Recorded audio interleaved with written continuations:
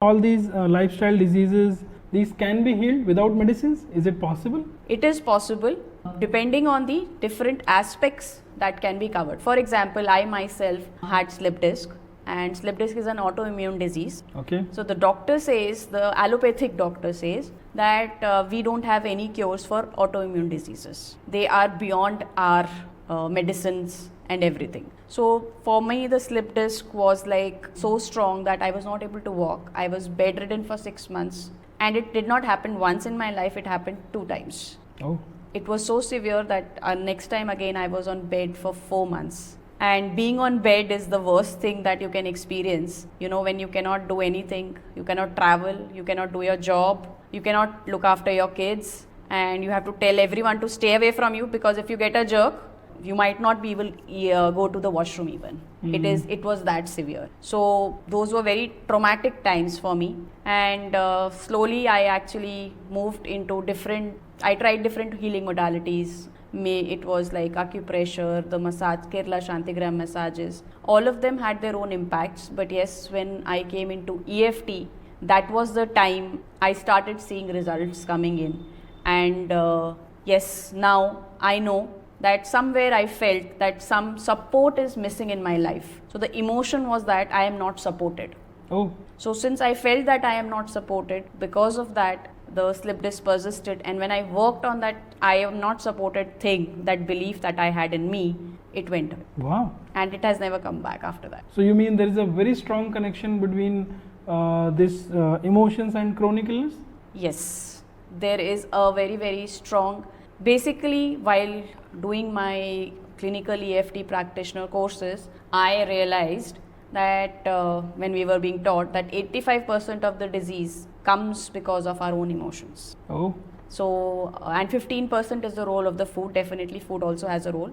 I can't keep on eating burgers and pizzas and french fries and then I'll say my slip disc is not going to come back. No, definitely I have to take care on that level else. But yes, emotions are actually guiding the energy system within the body, which is we call it the chi in China, we call it prana in Hindi, and that prana that is flowing through the meridians in the body, it gets restricted by the negative emotions that we keep on holding. Somebody hurt us 10 years back and we are still thinking about that person has hurt us, that person has hurt us. So these emotions, they get stored in our body. Somewhere in the body they will get stored. Okay. And that particular organ will start to mellow down, stop its functioning, slow down its functioning. Even in our world we are told that a disease like cancer, it's the body is crying out loud that I am in pain, please listen to me, what I am trying to explain. Even the cancer, we say, is body is just shouting out loud. It is making the loudest noise possible to tell you that I am in pain, please listen to me.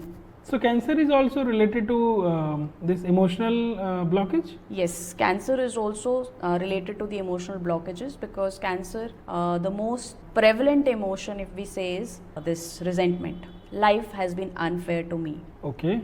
Life has been unfair to me, my parents have been unfair to me. It could be anything. Okay. But yes, the most prominent emotion is that someone has been very, very unfair to me. So it starts from a particular point. This person was unfair to me, and then slowly, all the things that the person sees around is everybody is unfair to me. And finally, the life is unfair to me. So that is how cancer is also an autoimmune disease told by the doctors, and they say yes. Again, allopathic doctors, they will try to do all those things and give in chemo, try to remove the body parts and everything. But yes, if we look into the emotional component of cancer, a lot of it gets dissolved. So you mean to say that if on a cancer patient, if your techniques are getting applied and they are able to overcome their emotional blockages, then they will be able to overcome the cancer? Yes. Again, here, what I would like to emphasize is that if the person is at maybe stage 1 or stage 2, where there is no threat to his life, okay, so we have to be very careful also that the person is not under the threat, that his life is under threat. Then we won't go into saying that you just stick to EFT and don't take the other advice.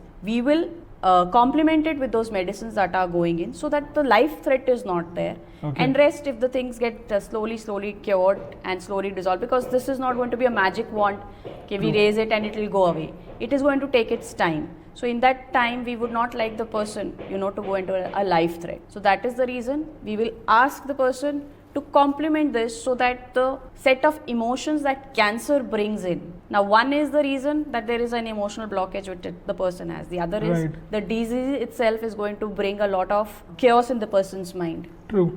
Uh, Fear. What is going to happen, what is my family going to think, what are others going to think. So all of those things also impact the person. So we take care of all of those things, and then yes, the person recovers very quickly.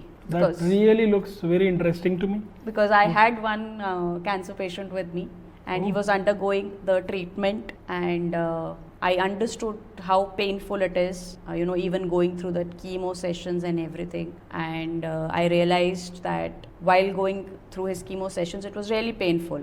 And so I gave him certain tapping scripts to go on. I gave him certain techniques that while he's there admitted in the hospital for chemo, he can do all of these things which will help him. So he tried, and then yes, after 2 or 3 chemo sessions, after doing all of this, he came back and told me the burning sensation that I used to have while chemo was given to me has gone away. It is Wow. no longer there. And now yes, he is back in his office doing a lot of innovations, getting promotions, and thriving in his life. Wow. So you must be feeling really proud after helping such kind of patients with these kind of results.